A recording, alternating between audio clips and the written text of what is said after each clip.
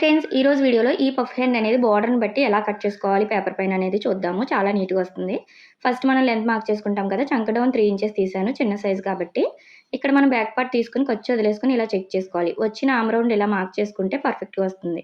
పైన 2 inches mark చేసుకోండి.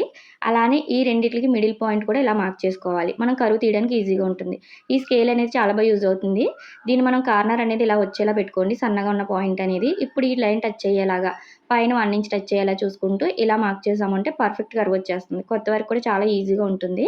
లోతు తీసుకునేటప్పుడు కూడా మనం ఇలా 1 ఇంచు పైన 1 ఇంచ్ పెట్టాం కదా! అక్కడి నుంచి ఇక్కడికి మిడిల్ ఫోల్డ్ చేసుకొని, మిడిల్ మార్క్ చేసుకొని ఇక్కడికి 1/2 ఇంచ్ తీసుకోవాలి. ఎందుకంటే పఫ్ హ్యాండ్ కాబట్టి.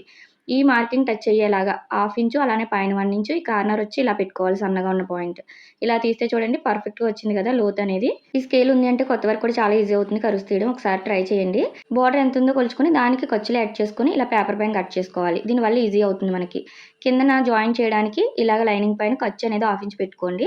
బుట్ట ప్రిల్స్ పెట్టుకుంటాం కదా! దానికోసం 3 1/2 పెట్టుకొని అక్కడి నుంచి ఇలా పేపర్ అనేది పెట్టుకొని మార్క్ చేసుకోండి. పైన పఫ్ కోసం కూడా నేను 2 ఇంచ్ తీసుకుంటున్నాను. దాన్ని ఇలా కలిపేసుకోవడమే. లోతు తీసేటప్పుడు కూడా పై వరకు తీసుకోకూడదు. బుట్ట అనేది ఇక్కడి వరకు తీస్తే సరిపోతుంది.